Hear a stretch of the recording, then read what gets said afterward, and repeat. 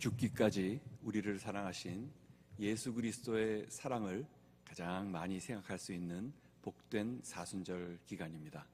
오늘 예수 그리스도의 사랑, 하나님의 영광을 잘 우리에게 전해주시기 위해서 서울 은평구의 개척을, 내숲길 교회를 개척하시고 담임하시는, 참 들을 말씀이 많을 것 같아요. 김용섭 목사님 오셨습니다. 우리 김용섭 목사님 말씀 전하실 때 많은 은혜 있으시기 바라고요. 오늘 말씀의 제목은 AI 시대에도 예수님만이 답이십니다. 많은 은혜 있으시기 바랍니다. 샬롬. 한일장신대학교 모든 교수님들과 우리 교직원들, 그리고 우리 학생 여러분들, 이렇게 만나 뵙게 되어서 너무나 감사를 드립니다. 길이요 진리요 생명이신 예수님께서 오늘 이 시간 저 하늘의 문을 열어주시고 또 이 땅의 샘들을 터뜨려 주셔서 사모하는 심령들 모두에게 만족하는 은혜를 끼쳐주실 줄 믿습니다. 우리 같이 고백해 볼까요? AI 시대 예수님만이 답이십니다. 시작. 네, 옆 사람들 우리 같이 한번 보시면서 한 번 더 고백해 보겠습니다. 예수님만이 답이십니다. 네, 사순절 우리 주님께서 여러분의 아름다운 고백을 들으시고 축복을 해주시리라고 믿습니다. 오늘 우리는 AI, 인공지능의 시대를 살아갑니다. 아인슈타인이 우리들 입장에서 보면 최고 수준 아니겠어요? 그런데 AI 수준에서는 아인슈타인은 지극히 어린아이와 같습니다.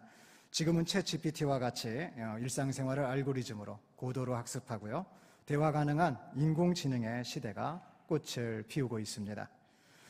AI는 데이터화할 수 있는 것들을 이성적, 과학적, 또 합리적, 또 통계적으로 산출을 합니다. 그래서 우리 인간의 삶에서요, 더 나은 것이라고, 또 유익한 것이라고, 더 좋은 것이라고 이렇게 시간이 가면 갈수록 그 위치를 견고하게 다져 나가고 있습니다.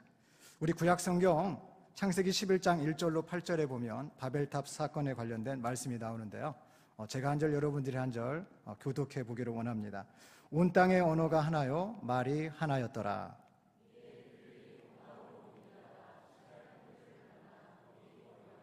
서로 말하되 자 벽돌을 만들어 견고히 굽자 하고 이에 벽돌로 돌을 대신하며 역청으로 진흙을 대신하고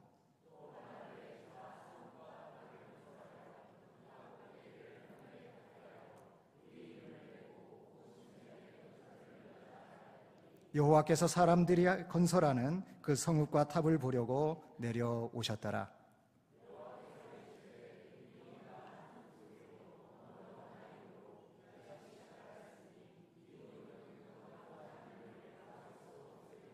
자, 우리가 내려가서 거기서 그들의 언어를 혼잡하게 하여 그들이 서로 알아듣지 못하게 하자 하시고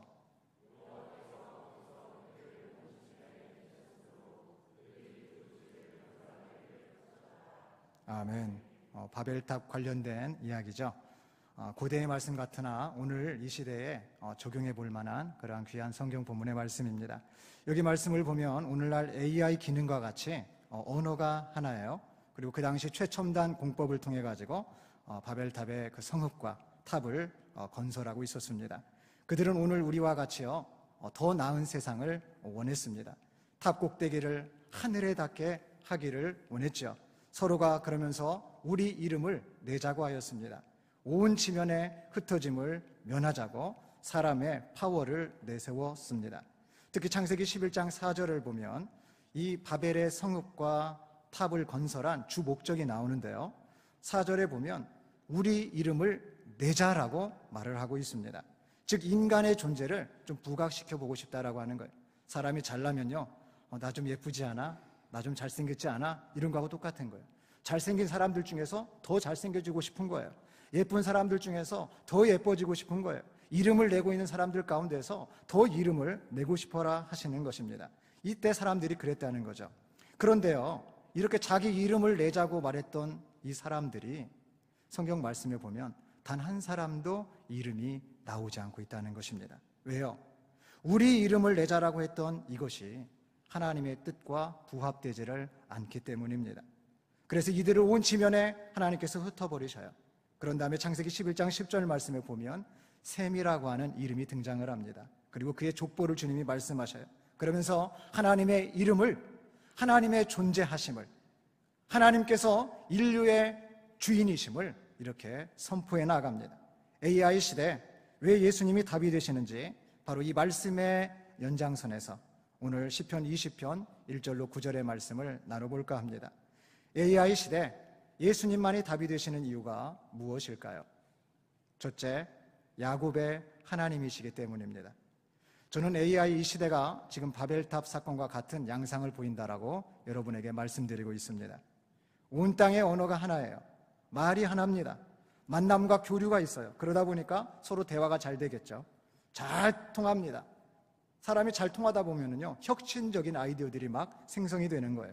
또 유익한 것들을 추구하면서요, 성읍을 건설하고 탑 꼭대기를 하늘에 닿을 정도까지 올립니다. 서울에서도 보면 우리 롯데타워가 123층, 500m 이상 올라가 있잖아요. 그걸 외국 사람들이 딱 보면 와, 높다라고 한단 말이죠. 그리고 그 위에 사시는 분들은 구름층을 경험합니다. 얼마나 좋다고들 말하는지 몰라요. 이 바벨이 그랬다는 것입니다. 탑 꼭대기를 하늘에 닿게 하여서 사람의 이름을 내기를 원했다는 거죠. 그러나 하나님은 이것을 원치 않으셨습니다. 성읍과 탑의 건설을 중지시켜버렸어요. 그들을 온 지면에 흩어버리셨습니다. 왜냐하면 하나님이 원하시는 것은 사람의 이름이 아니었습니다. 사람들 잘나는 거 하나님이 원하시는 거 아니에요. 하나님이 원하시는 건 뭐냐? God name입니다. Jesus Christ. 오늘 예수 그리스도를 하나님이 원하신다는 거예요. 하나님의 존재하심을 원하신다고 하는 것입니다. 오늘 그 이유가요, 시편 20편 1절로 3절에서 나오고 있는 거, 여러분 우리 같이 한번 읽어보기를 원합니다. 시작. 환난 날에 여호와께서 내게 응답하시고 야곱의 하나님의 이름이 너를 높이 드시며 성소에서 너를 도와주시고 시온에서 너를 높이 붙으시며 내 모든 소재를 기억하시며 내 번제를 받아주시기를 원하노라. 오늘 다윗 공동체는 환난 날에 나에게 응답해 주시는 이름, 나를 높이 들어주시는 이름, 나를 도와주시고 나를 붙들어 주시는 이름, 나의 작은 문제와 큰 문제까지도 해결해 주시는 그 이름이 바로 야곱의 하나님의 이름 여호와, 바로 하나님이라고 찬양하고 있습니다. 이 말씀과 관련하여 잠시 저희 개척교회 스토리를 여러분과 나누고 싶은데요, 여러분들께서 양해해 주시고 들어주시면 감사하겠습니다. 저는 서울의 큰 교회에서 부목사로서 사역을 하고 있었습니다. 그런데 예수 그리스도의 그 사랑과 강권하시는 그 이끄심 속에서 개척을 하게 되었습니다. 사랑하는 아내와 어린 두 아들을 데리고서 엄동설한 12월에 바깥 온도하고 안의 온도가 똑같아요. 그래서 그 영하의 날씨 가운데 물도 제대로 나오지 않는데요, 이렇게 머리를 감고 딱 나오면 머리카락이 옵니다. 얼어. 그 정도로 머리가 시리고 입김이 나고요, 한풍과 그 냉기가 얼마나 가득한지요. 그 추위에 떨어야만 했습니다. 외풍으로 인해 가지고, 여러분 집에 외풍 있는 분들 그 고민 아시죠? 그 고충을요. 아이들의 손이요 다 튼 거예요. 어느새 보니까 갈라졌어요. 피가 나고 있는 거예요. 세상에 이 부모가요 그걸 몰랐던 거예요. 어린아이들이 왜 그렇게 터가지고 피가 나는지를요. 그것도 모른 채 혹한의 날씨에 보기에도 허름한 상가 건물 3층에서 개척교회를 감당하게 되었습니다. 저와 가족들에게는 참으로 힘든 환난의 날, 광야 그 자체였습니다.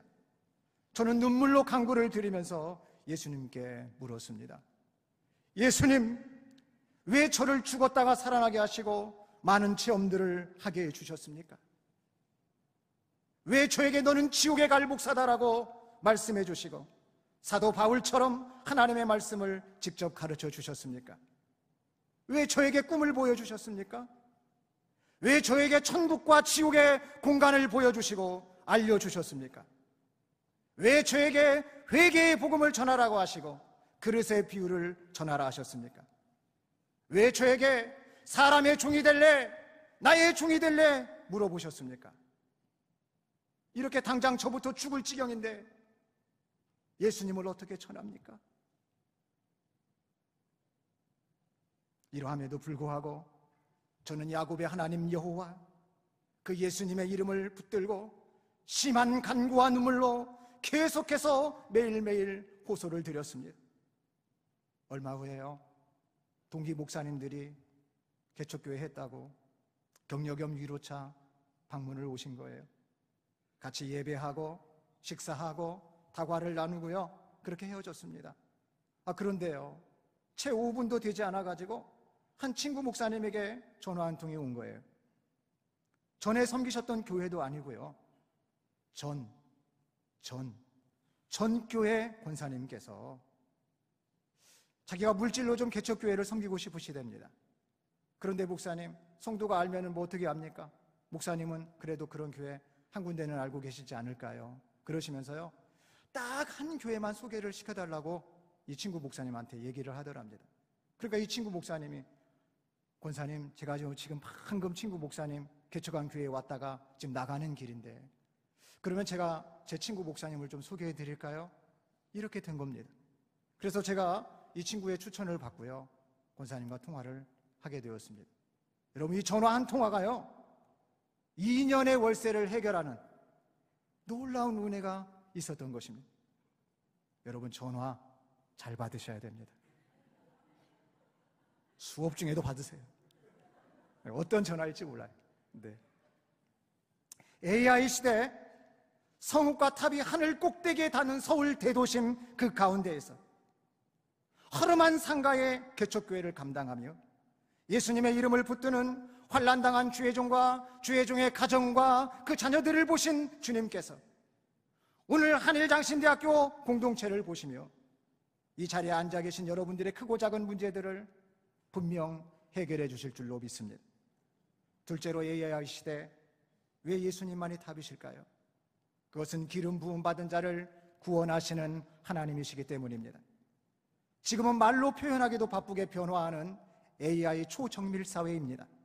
초정밀 사회를 보여주는 인공위성, 로켓, 방산, AI, IT, 로봇, 실시간 정보 업데이트 기술인 사물 인터넷, IoT, 정밀 농업 분야 반도체 제조, 정밀 기계 가공, 의료용 기기 개발, 3D 프린팅, 머신러닝, 자동화 기술, 맞춤형 고객 관리, 양자 컴퓨터, 초정밀 지도 IT 기술의 결합, 자동차의 자율주행 시스템, 드론의 항법, 스마트폰 내비게이션 등등 많은 분야가 있습니다.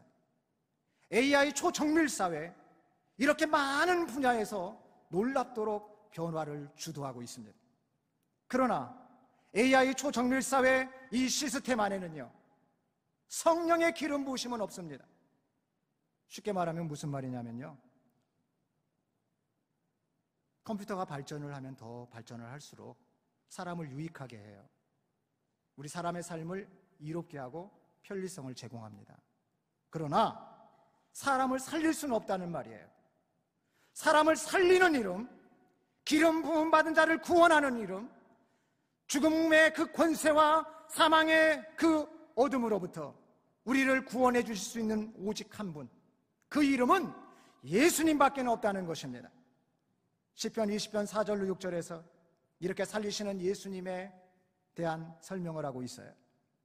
내 마음의 소원대로 허락하시는 분, 내 모든 계획을 이루어 주시는 분, 나의 승리를 기뻐하시고 나와 함께 궤가를 부르시며 나의 승리의 깃발을 꽂아주시는 분, 나의 기도를 이루어 주시는 분, 나에게 기름을 부어주시는 분, 나를 구원하시며 오른손으로 힘있게 붙드시는 분이 야곱의 하나님 여호와라고 오늘 다윗 공동체는 함께 찬양하고 있습니다. 다시 개척교회 이야기를 드려보겠습니다. 월세 문제가 이렇게 전화 한 통으로 해결이 됐어요. 그런데요, 먹고 사는 문제는 이게 만만치 않습니다. 우리가 알바만 하더라도 그 알바하는 게 얼마나 힘들어요. 그렇죠? 일 안 하고 살 수 있으면 정말 일 안 하고 살고 싶어요. 그러나 개척교회를 하려면 누군가는 벌이를 가져야 됩니다. 이 먹고 사는 문제는 정말 쉬운 문제가 아닙니다. 저는 목회자 이중직일을 선택해야만 했습니다. 대형마트에서요, 배송을 하는 일을 하게 된 거예요. 한 번도 해보지 않은 일이었습니다. 처음 3주간은요 매우 힘들었어요. 아침 일찍 나가서요 저녁 늦게 들어오는 패턴입니다. 그런데 하루는 젊은 한 여집사님으로부터 전화가 온 거예요. 목사님, 지금 제 어린 딸이 죽어가고 있습니다. 제 어린 딸을 위해서 기도해 주세요. 얼마나 다급하고 슬픈 목소리로 전화가 온지 몰라요. 저는 일을 하면 그 순간부터 저녁에 집에 돌아오는 그 시간까지 이 어린 딸을 놓고서 계속 기도합니다. 일은 일대로 힘들지만 목사로서 기도 부탁을 받은 것을 지켜내야 하겠기에 계속 이 어린아이를 살려달라고 하나님 앞에 기도하고 있었습니다. 저녁이 되어 집에 도착한 저는 이렇게 중보기도와 고된 노동 속에 녹초가 되어져 버렸습니다. 내일 또 일을 나가야 됩니다. 몸은 말을 듣지 않아요. 얼마나 몸이 힘든지 몰라요. 병원에 가야 할까 말까를 그렇게 고민하면서 갈피를 못 잡고 있었을 때였습니다. 그때요, 참 제 옆에 있는 분 누굴까요? 제 옆에 있는 분 누구요? 네, 아내. 제 한 사람. 제 아내가 뭐라고 한 줄 아세요? 타이밍이 중요하다고 딱 얘기를 하는 거예요. 지금이 바로 목사님께서 가서 기도해 주셔야 할 타이밍입니다. 아유, 제가요, 제 아내의 목소리가요, 하나님의 말씀처럼 들리는 거예요. 타이밍, 소위 말하면 골든타임 같은 그러한 강력한 느낌이 들었습니다. 계속해서 아내는 타이밍 이야기를 합니다. 중요하다면서 저를 다그칩니다. 해서 별 수 없이 간다라고 하면서 저와 제 아내는 급히 서둘러 가지고 그렇게 하나님의 타이밍에 맞춰 가지고 대학병원 응급실을 찾아갑니다. 당시 그 아이의 담당 주치의는요, 아이가 곧 죽을 것이라고 알려주었습니다. 양가 부모님들은 어린아이의 사이즈에 관을 맞춰놓고 장례를 준비하고 있었습니다. 안수 집사님이셨던 시아버지는 저희가 와서 감사하다고 가볍게 인사하시고서는 목사님, 저희 아들 내외나 목사님께서 기도해 주시면 고맙겠습니다 하고요, 아주 무겁게 인사를 하셨습니다. 그래서 저는 가족들을 다 이렇게 오시라고 하고 시리에 빠져가지고 저쪽 한 구석에서요, 부부가요 슬피 울고 있는데 그래도 어떻게 해요? 기도는 해줘야 하잖아요. 이리 오라고 죽어가는 아이, 그 가족들을 다 이렇게 모아놓고요 기도를 하려고 딱 하는데요, 참 여러분 놀라운 일이 벌어집니다. 저는 이제 기도하려고 하는 거예요. 그런데 제 입이 어떻게 말하는 줄 아십니까? 아무개 안 죽습니다. 아무개 삽니다. 하나님께서 아무개 살려주실 것입니다. 세상이 이렇게 나가버리는 거예요. 어머, 아니 여러분 생각해 보세요. AI 시대, 초정밀 사회, 최첨단 의료기기의 정밀한 그 진단과 대학병원 주치의가 곧 죽겠다라고 지금 판단한 이 어린아이를, 관도 지금 저렇게 사이즈가 짜져 있어요. 그런 상태에서 아무개 삽니다. 아무개 안 죽습니다. 하나님께서 아무개 살려주실 것입니다. 여러분, 이 말은요 저도 깜짝 놀라는 말이었어요. 매우 난감했습니다. 그러나 예수님은 이 사건을 통해서 저에게 알려주고 싶으신 것이 있으셨습니다. AI 시대, 세상의 그 의사나 초정밀 의료 시스템의 정밀한 판단 앞에서조차도 기름 부음 받은 자를 구원하시는 예수님을 보라는 것입니다. 예수님은 목사가 현실에 수긍하는 것도 원치를 않으셨습니다. 적어도 목사는 끝까지 영혼을 포기하지 않는 사랑과 구원의 뜨거운 심정을 가진 예수님의 제자여야 함을 예수님은 이 일을 통하여 알려주셨습니다. 물론 이 일은요 일반화할 수 있는 일은 아닙니다. 다만 이 일을 통하여 예수님은 한 영혼이 얼마나 중요한지를, 그 어린 자녀를 포기할 수 없는 사랑하는 그 엄마의 피가 끓고 애가 타는 그 절규의 심정을, 그리고 그것을 지켜보시는 예수님의 사랑과 긍휼을 저에게 깨닫게 해주셨습니다. 이렇게 한 사람을 기름 부으시고 한 생명을 살리셨던 구원의 역사가 오늘 한일장신대학교 공동체 위에 가득하시기를 우리 주 예수님의 이름으로 축복합니다. 끝으로 AI 시대 왜 예수님이 답이 되실까요? 바로 구원과 응답이 예수님께만 있기 때문입니다. 시편 20편은 다윗이 인도자를 따라 부른 노래입니다. 히브리어로는 니짜흐 미즈모르 찬송시입니다. 다윗이 작사를 하면 인도자는요 회중의 언어로 함께 고백을 합니다. 나아가 다윗 왕을 구원해달라고 간구하고 우리에게 응답해 주시라고요 찬송시로 고백하고 있습니다. 시편의 많은 경우가 바로 이 구원과 응답이라는 두 가지의 요소를 담고 있습니다. 쉽게 말하면 무슨 뜻이냐? 예수님을 의지하면 된다. 따라서 해보겠습니다. 시작. 예수님을 의지하면 된다. 누구를 의지하면 된다? 한번 손 한번 쳐볼까요? 예수님을 의지하면 된다. 제가요 광화문에 계속 가봤어요. 그때 이쪽에서는 탄핵 반대 집회, 이쪽에는요 찬성 집회 하는데요 도무지 분간이 안 가더라고요. 너무너무 힘든 거예요. 여기서는 찬성한다, 여기서는 반대한다. 여러분, 우리는 이 손을 어디에 들어야 됩니까? 맞아요. 내 인생을 거는 손이 되시길 바라요. 내가 주인공이에요. 예수님이 내 인생을 이끌어가는 내가 주인공이란 말이에요. 여러분, 한일장신대학교에 저와 여러분들을 왜 불러주셨습니까? 왜 불러주셨어요? 여러분, 제가 누구 닮지 않았나요? 제가 연예인들 많이 닮았다는 이야기를 들었습니다. 누군지는 말씀을 안 드릴게요. 한번 찾아보세요. 그런데 저는 예수님을 닮았다라고 하는 소리를 제일 좋아해요. 제가 바라기는 우리 한일장신대학교 공동체 여러분들이 꼭 예수님을 닮은 분들이 되시길 바랍니다. 나는 예수님으로 된다. 내 남편은 예수님으로 된다. 우리 목사님은 예수님으로 되신다. 우리 교회는 예수님으로 된다. 우리 한일 공동체는 예수님으로 된다. 나의 학업은 나는 잘 안 되지만 예수님으로 된다.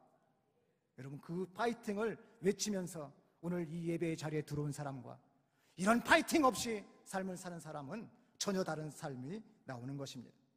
AI 시대를 생각해 볼 수 있는 창세기 11장에서 바벨의 성읍과 탑을 건설하던 이들은 자신들의 이름을 내기 원했습니다.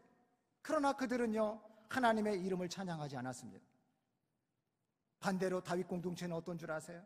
하나님의 이름 여호와, 다윗 왕을 구원해 주시는 하나님의 존재, 우리에게 응답해 주실 수 있는 분은 오직 한 분, 하나님이라고 하는 그 하나님의 권위를 절대적으로 인정하고 하나님을 높이 찬양하였습니다.